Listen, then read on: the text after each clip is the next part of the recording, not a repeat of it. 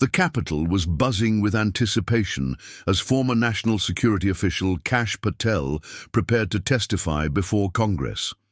Known for his blunt style and deep knowledge of classified affairs, Patel didn't come quietly.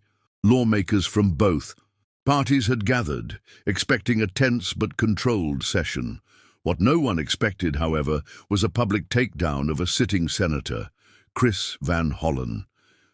As Patel took his seat and adjusted the microphone, he gave a look of calm defiance, suggesting he wasn't here to play politics. He was here to speak facts, and within minutes Congress would descend into utter chaos. During initial questioning, Patel remained composed. He detailed his past roles and the scope of his involvement in security matters. But the tone shifted when Van Hollen challenged Patel's credibility, hinting at partisan motivations behind his past actions. Patel didn't flinch. Instead, he calmly leaned forward and said, "If we're talking about hidden motives, perhaps Senator Van Hollen would like to explain his own." The room went silent. Lawmakers leaned in, some with raised eyebrows. Van Hollen chuckled nervously, brushing it off. But Patel wasn't joking, and the next few words shook the chamber. With documents in hand, Patel continued. "According to these emails and budget memos, obtained through FOA requests and whistleblower input, there are allocations tied to foreign policy influence programs spearheaded by your office." Murmurs spread across the room.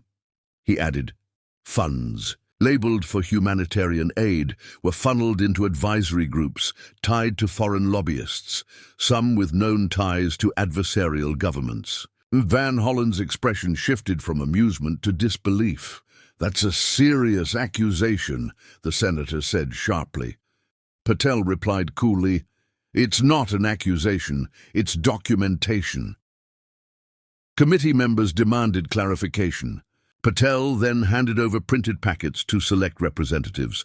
"Page 7, line 4, he instructed. "That's where it starts." Members began reading in silence. Gasps followed.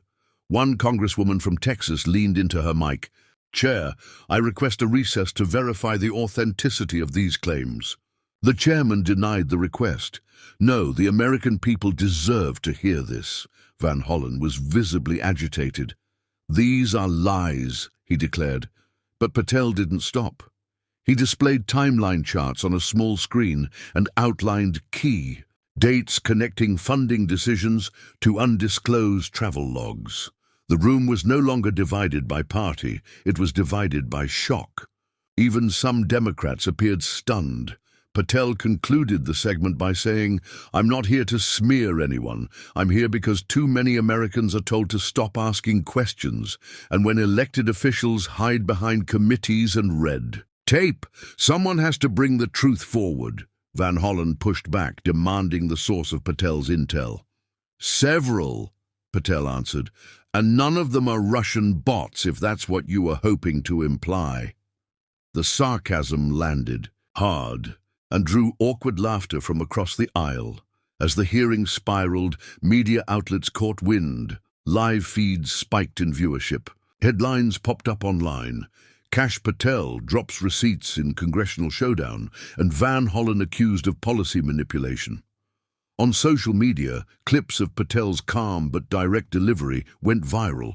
Hashtags like Patel exposes and Congress Erupts began trending.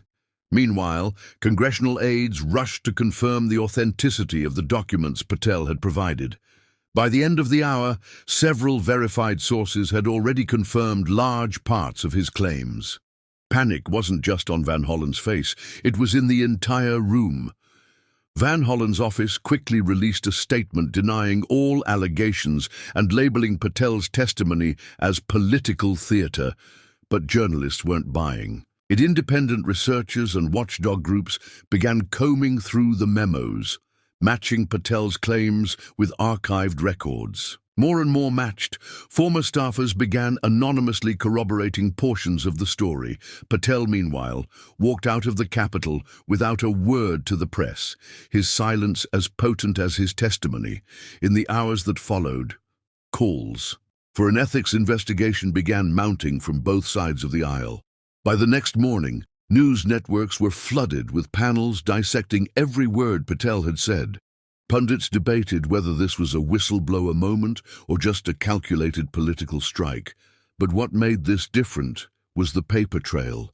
Every claim was backed with documentation, and while Van Hollen denied wrongdoing, his refusal to address the specific documents raised more eyebrows than answers. Even his usual allies in the press seemed hesitant to defend him. For the first time in years, his seat didn't look safe, and Kash Patel had lit that fire with nothing but facts and composure. In interviews later that week, Patel remained restrained. "I didn't plan to expose anyone. I planned to testify with truth," he said. "If that truth unsettles people, maybe they weren't as transparent as they claimed."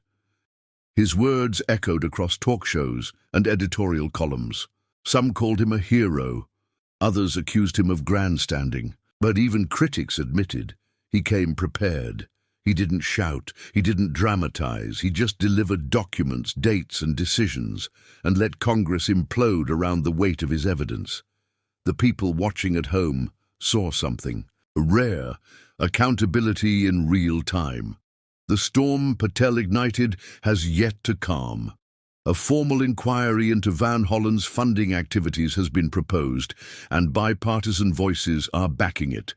Meanwhile, Patel's name is now synonymous with one of the boldest congressional confrontations in recent history.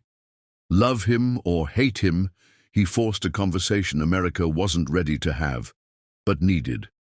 And as the truth unfolds, one thing is clear. Kash Patel didn't just expose a senator, he exposed a system that relies on silence.